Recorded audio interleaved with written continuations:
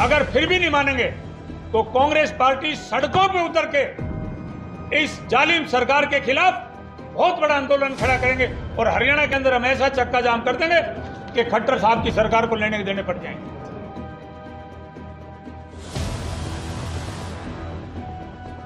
ये तो आप लोगों की बनाई गुटबाजी, हरियाणा में कोई गुटबाजी नहीं कांग्रेस।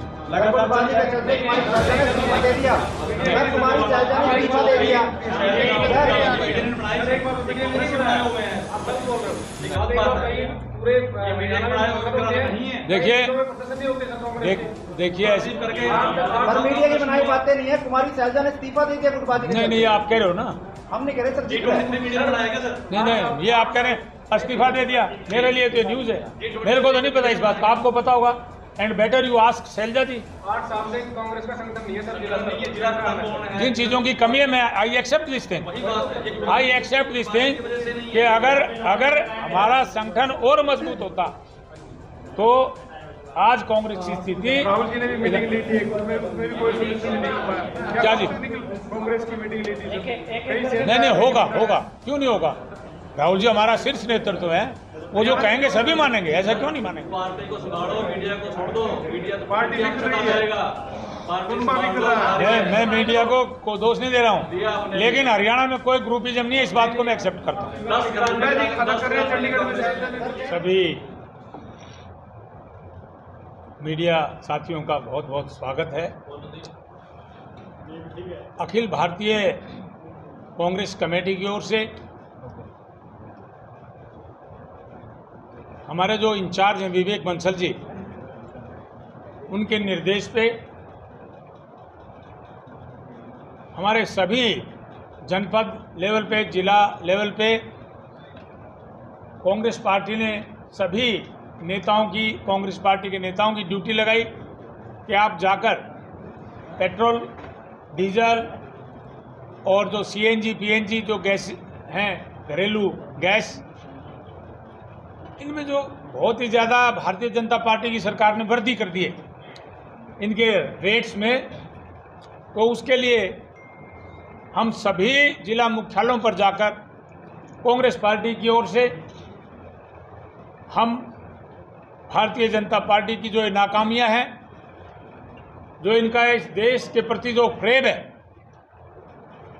उसको उजागर करने के लिए उसी श्रृंखला में ऑल इंडिया कांग्रेस कमेटी के निर्देश पे माननीय सोनिया जी, राहुल जी, विवेक बंसल जी के निर्देश पे आज मैं जिला कैथल में आप सभी साथियों का, मीडिया कर्मियों का मैं यहाँ स्वागत करता हूँ कि आप हमारी बात सुनने के लिए, हमारी बात आपके जिला के, आपके इलाके के लोगों तक पहुँचाने के लिए हमारे बीच में आए, मैं आपका स्वागत करता हूँ। सरकारी निवेदन से मान जाती हैं तो महंगाई कम करने की बात कर रहे हैं।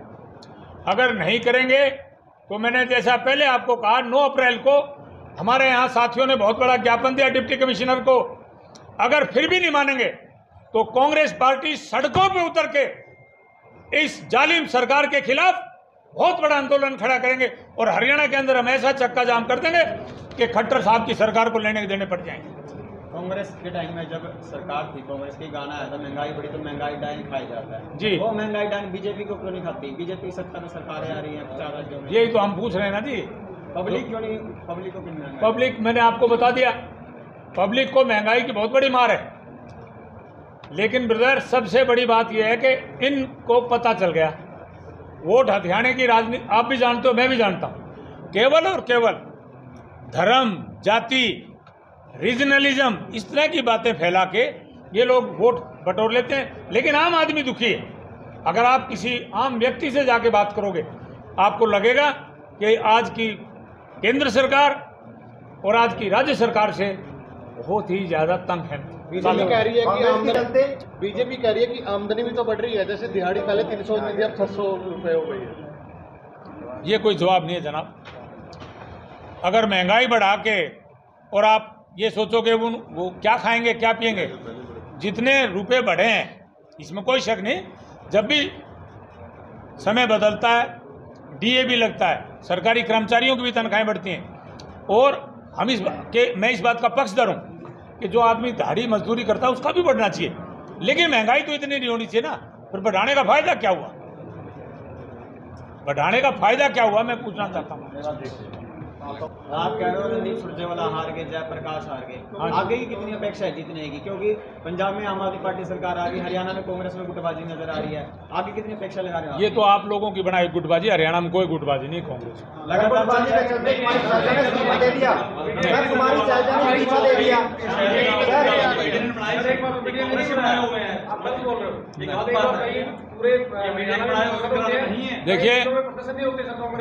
देखिए ऐसी मीडिया की बनाई बातें नहीं है। कुमारी शैलजा ने इस्तीफा दे दिया गुटबाजी। नहीं, आप कह रहे हो ना, हम नहीं कह रहे सर। नहीं, ये आप कह रहे हैं इस्तीफा दे दिया। मेरे लिए तो ये न्यूज है, मेरे को तो नहीं पता इस बात का, आपको पता होगा। And better you ask Shailaja ji. 8 साल से कांग्रेस का संगठन नहीं है सर, जिला जिन चीजों की कमी है, मैं I accept this thing, I accept this thing कि अगर हमारा संगठन और मजबूत होता तो आज कांग्रेस की स्थिति। राहुल जी ने भी मीटिंग ली थी, उसमें भी कोई सोल्यूशन नहीं निकल पाया। क्या जी? कांग्रेस की मीटिंग ली थी। नहीं, होगा, क्यों नहीं होगा? राहुल जी हमारा शीर्ष नेतृत्व है, वो जो कहेंगे सभी मानेंगे, ऐसा क्यों नहीं मानेंगे? पार्टी को सुधारो, मीडिया को छोड़ दो, मीडिया तो पार्टी बिक रही है, मैं मीडिया को दोष नहीं दे रहा हूँ, लेकिन हरियाणा में कोई ग्रुपिज्म नहीं है, इस बात को मैं एक्सेप्ट करता हूँ। सुरजेवाला को हर तीसरे दिन बोलते हैं। क्या बोलते हैं? टारगेट कर रहे हैं सर, चुनाव में उनके सामने चलो आम आदमी पार्टी का हरियाणा में, पंजाब, आम आदमी पार्टी का कांग्रेस के नेता जा रहे हैं आम आदमी पार्टी का। देखिए, जिस नेता को आम आदमी पार्टी में जो चले गए, आप बेटर में उनसे पूछें इस बात के बारे में, लेकिन मैं ये समझता हूं कि आम आदमी पार्टी का हरियाणा में कोई भविष्य नहीं। कारण है उसका, क्योंकि इशूज इस प्रकार के हैं। हमारे इशू पंजाब के इशू से बहुत ज़्यादा डिफरेंट हैं, बिल्कुल अलग हैं, और कभी भी आम आदमी पार्टी हरियाणा के अंदर अपनी जड़ें नहीं जमा पाई। आम आदमी पार्टी स्वास्थ्य शिक्षा को ज्यादा लेकर चल रही है, तो यही तो इशू होते हैं जनता।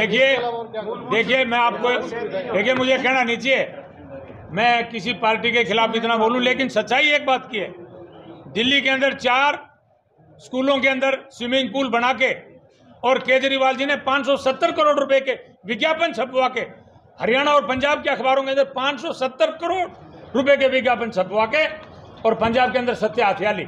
लोगों ने समझा कि भाई ये तो सरकारी स्कूलों में भी अगर स्विमिंग पूल है, लेकिन आप दिल्ली में जाकर देखो केवल 4 स्कूलों में, उन्हीं 4 स्कूलों के फोटो बार बार लगवा के, इस तरह की बातें यहाँ नहीं चलने वाली। सर मेरा सवाल है, आप कहते हैं स्मृति ईरानी सड़कों पर दिखी थी जी, आपकी भी महिला विंग है, आपकी भी कांग्रेस है, विपक्ष कहीं दिख नहीं रहा, सत्ता पक्ष पर दोष दिए जा रहे हो, तो ऐसे कैसे चलेगा? नहीं, विपक्ष दिखेगा ना आपको, दिख रहा है सड़कों पे। आज हम आए आपके सामने, बैठे तो आपके सामने, सड़कों पे कहाँ है? सड़कों में मैं साथ ही ऐसा है भैया, आपका उनसे है ना सवाल, आपसे मैंने आपको क्या कहा है थोड़ी देर पहले कि अगर ये नहीं सुधरेंगे, हमारी चेतावनी, हम सड़कों पर उतरेंगे और सड़कों पर उतर के पूरा का पूरा हरियाणा चक्का जाम कर देंगे। सड़क भी वही है, चौक भी वही है सर। हाँ, नहीं होंगे ना, आने वाले दिनों में आप देखेंगे। कौन सी कांग्रेस मतलब? कांग्रेस पार्टी हुड्डा साहब की, सबकी कांग्रेस एक ही है, अलग अलग नहीं है, सारी कांग्रेस एकजुट है। और आने वाले समय में आप देखेंगे कि कांग्रेस पार्टी सड़कों के ऊपर भारतीय जनता पार्टी के खिलाफ बहुत बड़ा संघर्ष का बिगुल बजाने जा रही है। नेतृत्व किसका होगा सर? नेतृत्व कांग्रेस पार्टी का होगा। एकजुट होने की पहले एकजुट है सब। आपको नहीं लगता कि जो जनता के जो मुद्दे हैं उनको उठाने से पहले आपको जो गुटबाजी है, जो संगठन है, उसको मजबूत करना चाहिए, जो गुटबाजी उसको खत्म करना चाहिए कांग्रेस? देखिए, मैंने आपको एक बात कही, पार्टी के अंदर मतभेद हो सकते हैं, मनभेद नहीं है। कांग्रेस पार्टी के सभी लीडर एकजुट हैं, ये ठीक है। किसी एक विषय पे मतभेद हो सकते हैं, मैं इस बात को डिनाई नहीं करता। एक इशू के ऊपर मतभेद तो घर में भी होते हैं, आप जानते हैं। अगर घर में एक इशू है कोई, तो अलग अलग घर वालों के अलग अलग होते हैं, लेकिन या तो इशू कुर्सी का है सर, मनभेद नहीं है। कुर्सी भी विषय है, आई एक्सेप्ट इट, वो भी विषय है, लेकिन उस पे मनभेद किसी का नहीं, मतभेद हो सकते हैं। चलिए आपके कल होना चाह मैं कहने को तैयार हूँ, और बोलिए आप इसको लीड बनाओ, मैं कामना कर रहा हूँ। जल्दी बनेगा तो देखिए मैं 1 मिनट भाई, एक मिनट। उनका सवाल है कि कांग्रेस का संगठन कब तक बनेगा। मैं मध्य प्रदेश के अंदर जो हमारा चुनावी प्राधिकरण है, मैं उसका मेंबर हूं। जो हमारे संगठन के चुनाव चल रहे हैं, मैं मध्य प्रदेश का इंचार्ज हूं। 15 जून तक प्रदेश कांग्रेस कमेटियों का गठन हो जाएगा और अगस्त सितंबर तक ऑल इंडिया कांग्रेस कमेटी के मेंबर्स और एआईसीसी सब का गठन होके पूरा का पूरा संगठन का ढांचा खड़ा हो जाएगा। सर युवा कांग्रेस के चुनाव भी हुआ सर, उसका रिजल्ट ही नहीं आया अभी तक। देखिए युवा कांग्रेस का चुनाव जो है, मैं तो हरियाणा यूथ कांग्रेस का प्रेसिडेंट रहा हूँ, मुझे पता है। आज हमारा संगठन पहले से थोड़ा सा जोर पकड़ता जा रहा है। अब आप आने वाले दिनों में देखेंगे, आप आने वाले दिनों में देखेंगे युवा कांग्रेस भी एक्टिव हो जाएगी। यूथ कांग्रेस का सर चुनाव हुआ था, वोट भी डली थी, रिजल्ट नहीं आया सर उसका, क्या कहेंगे सर?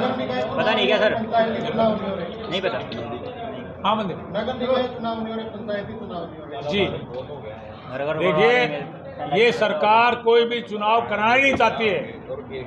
खट्टर साहब की सरकार कोई बड़ी बात नहीं है, और साल 2 साल 5 साल के लिए, मतलब जब तक इनका 2024 तक का चुनाव, जब तक इसको खींच के ले जाएं। ये तो सरपंचों के चुनाव भी कराने से डरते हैं। ये तो केवल और केवल अपनी कुर्सी बची रहे, खट्टर साहब का हेलीकॉप्टर हवाई जहाज सुरक्षित रहे, और यहाँ के मंत्री जिस प्रकार से हरियाणा की गरीब जनता का जो खजाना है उसमें जो इन्होंने लूट मचा रखी है, वो लूट मचाते रहे। केवल ये इनका मकसद, और कोई मकसद नहीं। 9 अप्रैल को हमारे कांग्रेस पार्टी की ओर से, रणदीप सिंह सुरजेवाला जी की ओर से, राष्ट्रपति जी के नाम इसी महंगाई के खिलाफ जिला मुख्यालय पे बहुत बड़ा यहाँ प्रदर्शन हुआ, और उसके बाद फिर उन्होंने एक ज्ञापन भी राष्ट्रपति जी के नाम सौंपा। उसमें हमारे सभी साथियों ने बढ़ चढ़ के भाग लिया। लेकिन ये जो आज हमारी प्रेस कॉन्फ्रेंस है, ये इस बात के लिए कि आज केवल और केवल 18 दिन में 14 बार पेट्रोल और डीजल गैस के दाम बढ़ा दिए गए। ऐसा लगता है कि इस देश के लोगों को गुड मॉर्निंग गिफ्ट ये भारतीय जनता पार्टी की सरकार सुबह सुबह देती है। 80 नए पैसे सुबह 6 बजे भाव तय करते हैं पेट्रोल के, डीजल के, और सुबह 6 बजे केवल एक बात बताते हैं कि 80 पैसे भाव बढ़ गया। पिछले 18 दिन में 14 बार मूल्यों को बढ़ा देना और कम से कम 10 रुपये भाव बढ़ा दिया गया। आज का भाव दिल्ली में हरियाणा से ज़्यादा महंगा सस्ता आज की तारीख में। आपको याद होगा जब यहाँ पर 10 साल भूपेंद्र सिंह हुड्डा जी के नेतृत्व वाली कांग्रेस की सरकार थी, उस समय जब आप जाते थे दिल्ली तो वहाँ लिखा होता था दिल्ली से पेट्रोल हरियाणा में सस्ता है। जब आप चंडीगढ़ अंबाला से आगे जाते थे पेट्रोल पंपों में लिखा होता था पंजाब से सस्ता डीजल, सस्ता पेट्रोल। आज जब आप दिल्ली जाएंगे आप पाएंगे कि वहाँ लिखा है हरियाणा से सस्ता पेट्रोल। कारण हरियाणा सरकार ने वैट इतना लगा दिया, मोदी की सरकार ने नहीं, हरियाणा की सरकार, श्रीमान खट्टर साहब की सरकार इतना भारी वैट लोगों पर लाद दिया कि आज हरियाणा में 106 रुपये 15 पैसे पेट्रोल है और दिल्ली में 105 रुपये 41 पैसे का भाव है और मुंबई में रिकॉर्ड तोड़ पेट्रोल का भाव है 120 रुपये 51 पैसे। आप सभी जानते हैं, जब पेट्रोल की और डीजल की कीमत बढ़ती है तो जितनी भी उपभोग की वस्तुएं हैं, क्योंकि ढुलाई डीजल से होती है, रेलवे के अंदर भी डीजल उपयोग होता है, तो सारी की सारी चीज़ों के ऊपर इसका बहुत भारी असर होता है। और अल्टीमेटली हम देखते हैं कि जितनी भी वस्तुएं हैं उन सब का भाव पूरा का पूरा, महंगाई की मार गरीब आदमी के ऊपर जरूर से जरूर पड़ती है। 8 साल में इस मोदी सरकार ने पेट्रोल से 26,51,919 करोड़ रुपया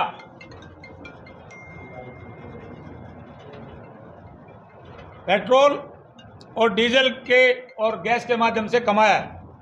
तकरीबन 26 करोड़ फैमिली हैं इस देश में, तो ऑन एन एवरेज 1 लाख रुपया हर परिवार से इन्होंने जो एक्स्ट्रा दाम बढ़ाए उससे इन्होंने कमाया है मोदी सरकार। जो रसोई गैस है वो दुनिया में सबसे महंगी अगर कहीं है तो वो हिंदुस्तान में। पेट्रोल पूरे संसार में 3रे नंबर पर है और डीजल 8वें नंबर पे है। क्या इन्होंने व्यवस्था कर दी? हमारी भी सरकार रही, हमारी सरकार में अगर 2 रुपये भाव भी एलपीजी का बढ़ जाता था तो ये लोग, स्मृति ईरानी पेट्रोल वो एलपीजी का सिलेंडर सिर पे रख के प्रदर्शन किया करती थी। आपको याद होगा हरियाणा का जो आज अध्यक्ष है ओम प्रकाश धनखड़, अपने वर्करों को लेकर अर्धनग्न होके सड़कों के ऊपर ये जा के प्रदर्शन किया करते थे। मैं आज पूछना चाहता हूं ओम प्रकाश धनखड़ जी से, आप क्या तो वायदे करके आप सरकार में आए थे और आज भारतीय जनता पार्टी की सरकार ने, आप कहते हो डबल इंजन की सरकार है, ऐसी तो भगवान किसी को डबल इंजन की सरकार ना दे कि केंद्र में भी आपकी सरकार, हरियाणा में भी आपकी सरकार, लेकिन फिर भी गरीबों पर अगर आज आप इतनी मार कर रहे हैं, ये हिंदुस्तान की जनता सब कुछ देख रही है। आप ठीक है, आप झूठ सच बोल के, केवल आप धर्म जाति की बातें करके, लोगों की भावनाएं भड़का के आप राजनीति में जीतने की बात तो करते हैं, लेकिन आज लोग अपने आप को ठगा ठगा सा महसूस कर रहे हैं। और इतना ही नहीं, ऐसी कौन सी वस्तु है जिसका भाव ना बढ़ा हो, चाहे वो खाने पीने की चीजें हैं, चाहे कपड़े जूते। पिछले 17 महीने में आज वो पीक पे, पूरे के पूरे हर चीज का भाव पीक पे पहुंच गया। जो कंज्यूमर प्राइस इंडेक्स है रिटेल में 6.95% इस समय है देश का, और खाने पीने की चीजें जो 5.85 थी वो बढ़ के आज 7.68% हो गई है। इससे ज्यादा वृद्धि खाने पीने की चीजों में आज तक कभी हुई नहीं थी। इतना ही नहीं, आज पूरे के पूरे देश के किसान कितने दुखी हैं। जो 50 केजी का कट्टा 1250 से और 1300 रुपए तक हमारी सरकार, हरियाणा में जब भूपेंद्र सिंह हुड्डा जी के नेतृत्व वाली कांग्रेस सरकार थी, उसमें मिलता था 1350, उसके 12, अब वो बढ़ के कितना 3500 करोड़ रुपए का आज किसानों के ऊपर, इनके ऊपर बोझ इन्होंने लाद दिया। टोल टैक्स की बात करें, आपके सामने 2020 और 21 में 28,458 करोड़ रुपए एकत्रित हुआ, वही 21-22 में 34,000 करोड़। ये मैं नहीं कह रहा, भारत सरकार के मंत्री माननीय गडकरी जी ने बयान दिया है सदन के पटल के ऊपर कि मैंने 34,000 करोड़ रुपया हमने इकट्ठा किया है। इसका मतलब 6,120 करोड़ रुपया अतिरिक्त बोझ हिंदुस्तान की जनता के ऊपर डाल दिया। इवन आप देखें मेडिसिन के अंदर जो डेली हम देखते हैं, गोलियां, दवाइयां, टीके, 1 अप्रैल से 800 दवाइयों के ऊपर इन्होंने एक्स्ट्रा टैक्स लगा दिया और अब वो आज की तारीख में 10.76% इतना भारी टैक्स मेडिसिन पे लगाना कोई अच्छी बात नहीं। 10,000 करोड़ रुपए का एडिशनल बर्डन हिंदुस्तान की भोली भाली जनता पर इस सरकार ने लगा दिया है। तो मेरा अनुरोध है भारतीय जनता पार्टी की सरकार से, केंद्र सरकार से भी और माननीय खट्टर साहब से भी, आप कृपा करके थोड़ा वैट कम करें और जो पेट्रोल, डीजल और सीएनजी, पीएनजी और एलपीजी के जो दामों में आपने जो भारी वृद्धि की है उसको कम करें। और मैं तो भाई जब कैथल में आता हूं तो मुझे बड़ा दुख होता है, यहाँ की भोली भाली जनता को भारतीय जनता पार्टी ने जात बिरादरी के नाम पर बांटकर, देखिए 10 साल तक भूपेंद्र सिंह हुड्डा जी की सरकार में भाई रणदीप सिंह सुरजेवाला जी एक बहुत अहम मिनिस्टर रहे, आला दर्जे के वजीर थे। यहाँ के लोगों ने सिर्फ और सिर्फ भावनाओं में आके उनको हरा दिया। इसी तरह इसी यहाँ से कलायत से भाई जयप्रकाश जी चुनाव लड़े, जो कि केंद्रीय मंत्री भी रहे, बहुत आला लीडर हैं, उनको भी लोगों ने हरा दिया। मैं ये समझ नहीं पाता, उन्होंने कलायत का, जींद का, वो तो मेंबर पार्लियामेंट रहे, उन्होंने पूरे के पूरे हलकों के अंदर कितना विकास कराया। मैं भी हरियाणा सरकार में उस समय टूरिज्म का चेयरमैन था, मुझे पता है कि रणदीप सुरजेवाला जी ने और भाई जयप्रकाश जी ने कितना पैसा हरियाणा सरकार के खजाने का आपके कैथल जिले में लगाया, ये किसी से छुपा हुआ नहीं। लेकिन भाइयों, मैंने जैसे पहले कहा, ये भारतीय जनता पार्टी के लोग जाति में, धर्म में इस तरह की बातें लोगों की भावनाओं से खेल के और वोटों को हथियाने का काम करते हैं। लेकिन अब ये इनका चलने वाला नहीं है, क्योंकि महंगाई चरम सीमा पे है। इतनी महंगाई आज तक कभी हुई नहीं इस देश में। मैं आप सभी साथियों का यहाँ आने पे धन्यवाद भी करता हूँ और इस बात के लिए मैं आपसे प्रार्थना करता हूँ कि आप अपने जो हमारे मीडिया कर्मी हैं, जो हमारी बात है भारतीय जनता पार्टी के सरकार के खिलाफ, इसको ज़्यादा से ज़्यादा संख्या में अपने दर्शकों तक पहुँचाएं।